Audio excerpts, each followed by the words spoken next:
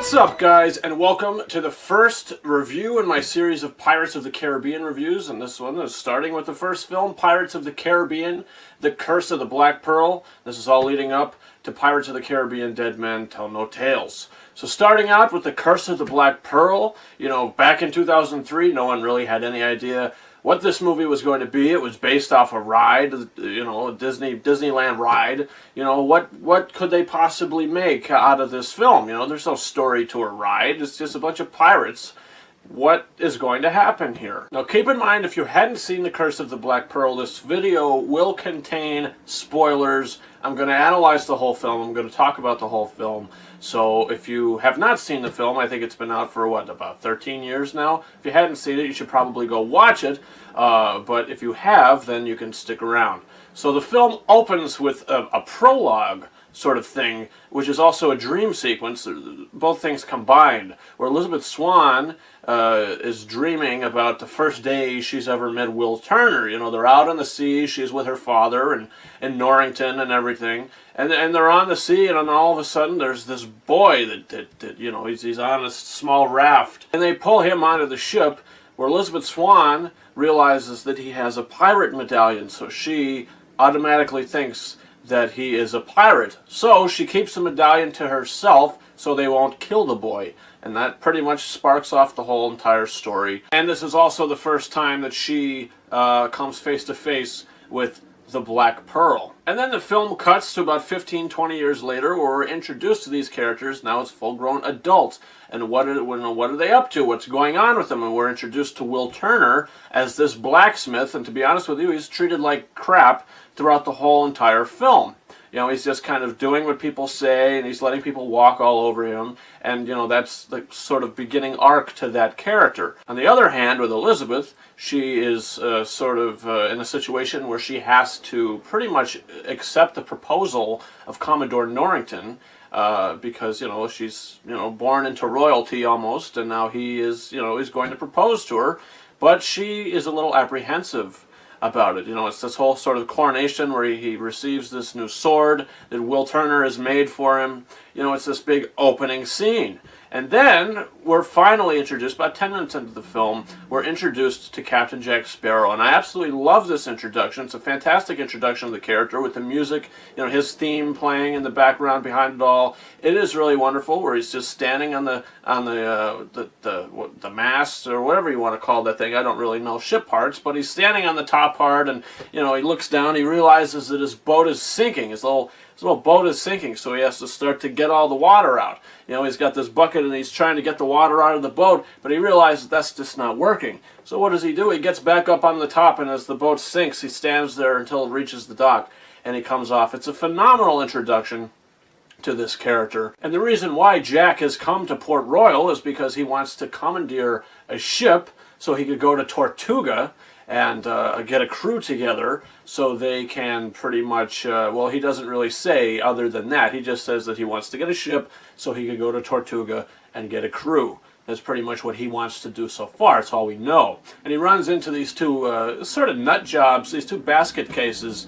They're part of the Navy, or whatever the case may be. Jack goes onto this boat and he's trying to steal it. These two nut jobs, they're pretty much approaching him the whole way through. Once they see him, they're kind of like, you can't go here, blah, blah, blah. And while all this is happening, Elizabeth and Norrington are up on this platform, and, she is proposed to. Norrington proposes to her, but she, the dress is so tight she can't really breathe, and she says, I can't breathe. Norrington just thinks that she's nervous, but she pretty much faints, falls off the platform into the water. She's lucky she didn't hit the rocks, is what they say in the film. And Jack sees this, and he goes to save her. And, at this point, Elizabeth is wearing the medallion around her neck. And the first kind of issue with the film, it's not a big issue, but it's a tiny issue. When she's underneath the water and we get that shot of the medallion, the thing kind of goes boom, and the water pulsates.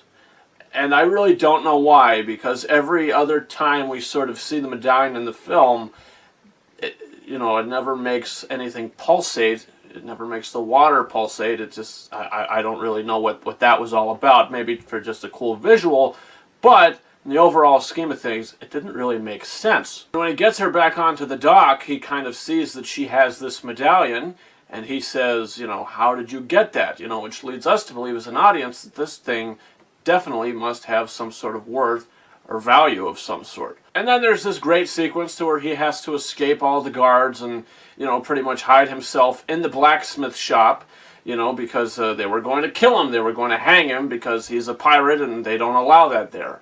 You know, that's a big no-no for them.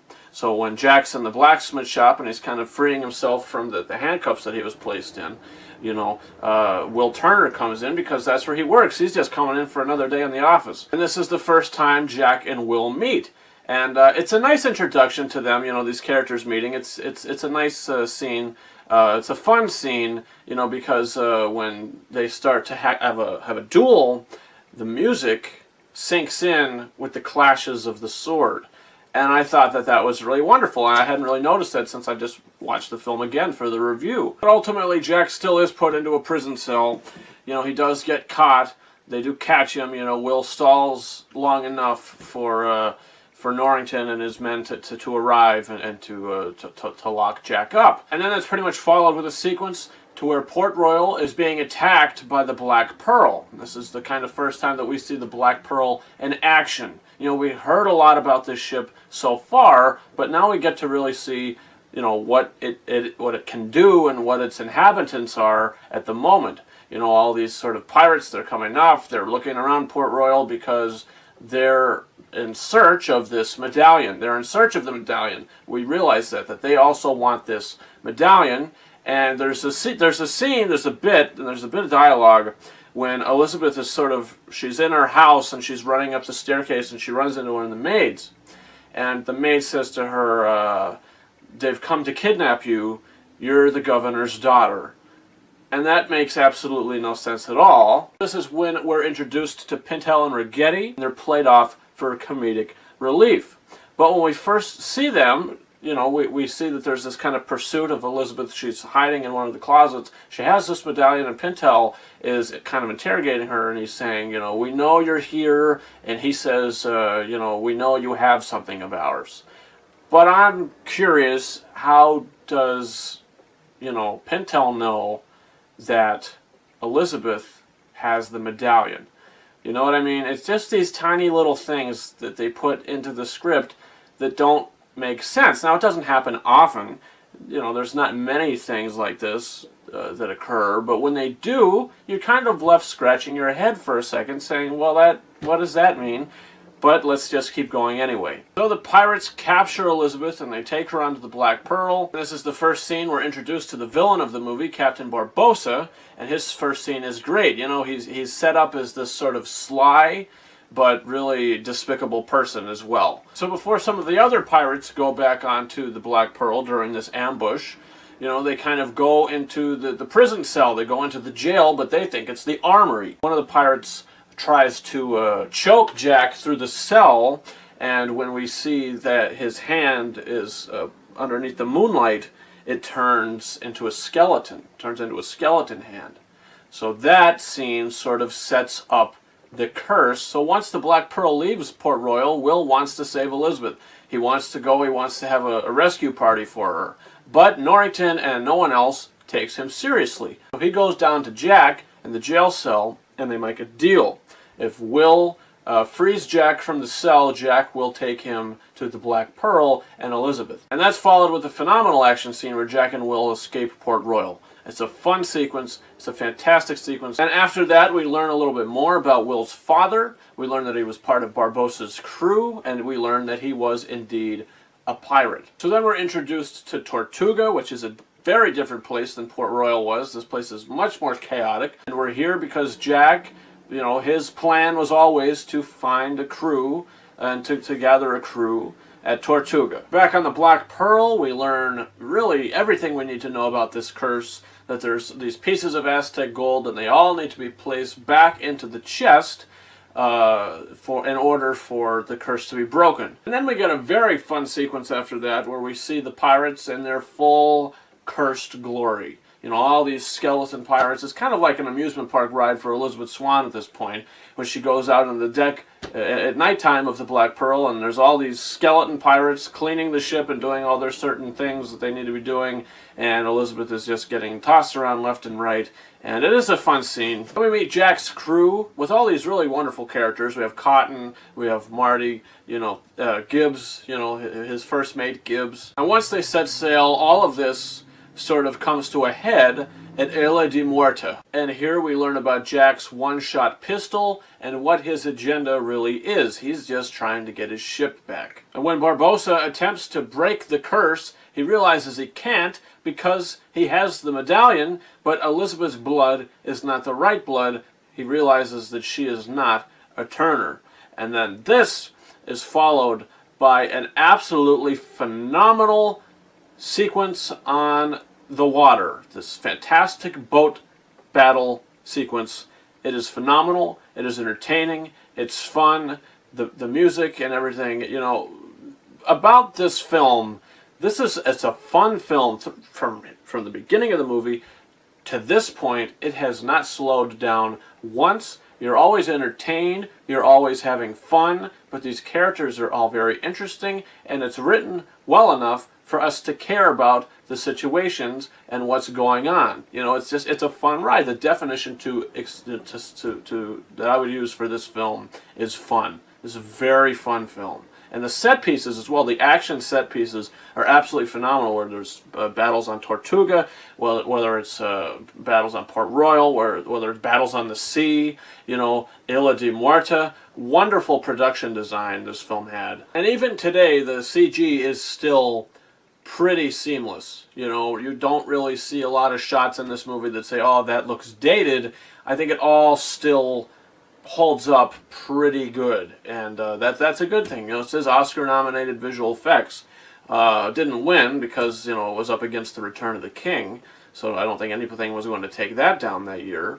But, you know, it is an Oscar-nominated piece of work. So after the awesome sea battle, Will gives himself up to Barbossa and his crew, revealing himself as a Turner. So in return, Barbossa decides to mutiny Jack and Elizabeth on an island with really nothing, to die pretty much, and you know, Barbossa pretty much keeps the rest of Jack's crew hostage down in the cells. And then Barbossa and the Black Pearl return to Isla de Muerta. They head back there to break the curse once and for all, because now they have the correct blood. Now the bit after this with, you know, Jack and Elizabeth on the island, and when they ultimately get rescued by Elizabeth's father in Norrington, that small bit of the film is the least exciting part of the movie to me. And it does, so, you know, we were on this high slope the whole way through, and finally it just sort of takes a breather. That's where the movie sort of takes a breather. So it's kind of like a roller coaster arena. Kind of goes down the slope, but then we go straight back up when we get back to Isla de Muerta, because Elizabeth has, you know, pretty much made a deal with Norrington. If they go back to save Will, she will accept Norrington's proposal. You know, it's what she had to do to pretty much save the one that she does love. And the climax of the film on Isla de Muerta it's just great fun. You know, it's great action. It's well shot. You know, and it's just overall a very fun scene. You could just watch it and just maybe have a giant smile on your face, saying, this is fun, and this is everything I signed up for when I was going to a movie called Pirates of the Caribbean, a fun adventure. And that's exactly what this was.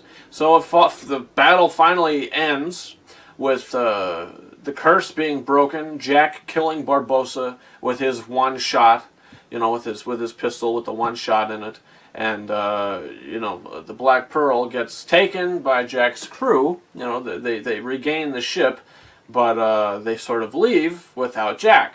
You know, they sort of just leave without him because there's a lot of commotion, and they didn't want to stay for that, so they left.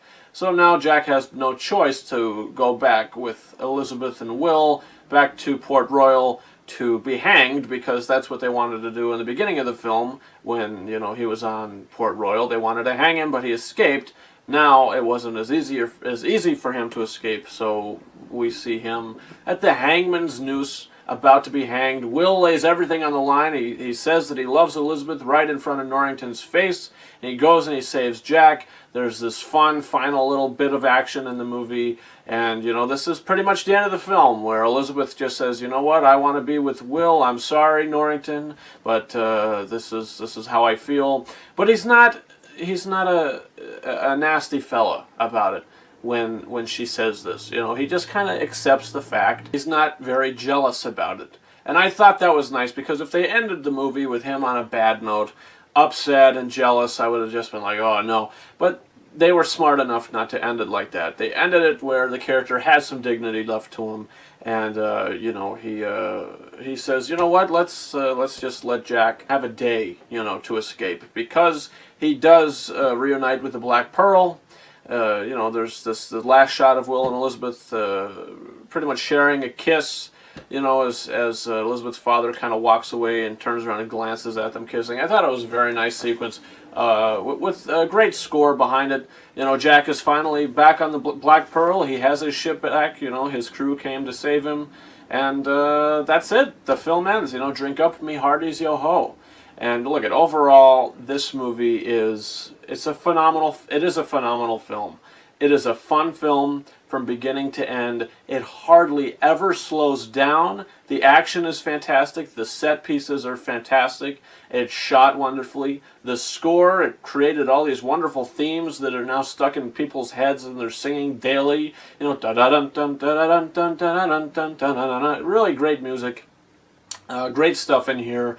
But those small things that I did have nitpicks with, mainly in the beginning of the film, there were those issues. Really, they kind of disappeared towards the end. But, you know, they do make this movie not a 5 out of 5. You know, so I am going to give Pirates of the Caribbean, The Curse of the Black Pearl, 4.5 out of 5 stars. I do think this is a wonderful movie. It is a fun film, as it turns out. So, guys, comment your thoughts. What do you think of The Curse of the Black Pearl? What's your favorite Pirates of the Caribbean movie? What are your thoughts on this movie?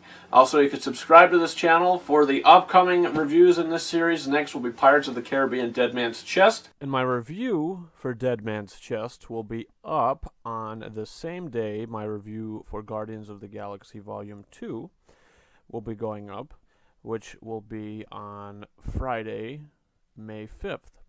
And then next Friday, a week today, on the 28th of April, I'll be posting my review for Guardians of the Galaxy in advance and in preparation for Guardians of the Galaxy Volume 2. On the 28th of April, I'll be posting my review for Guardians of the Galaxy in advance and in preparation for Guardians of the Galaxy Volume 2. Follow me on Facebook and on Twitter. Like I said, I did change my Twitter handle. I've changed it to the same thing as my Snapchat handle, which is RyanKing72. You could also follow me on Instagram for little updates on when things we posted and small things on the side as well. Guys, you can like this video and yeah, do all that fun stuff. So that's about it. Thank you very much for watching my review for Pirates of the Caribbean, The Curse of the Black Pearl. Over and out.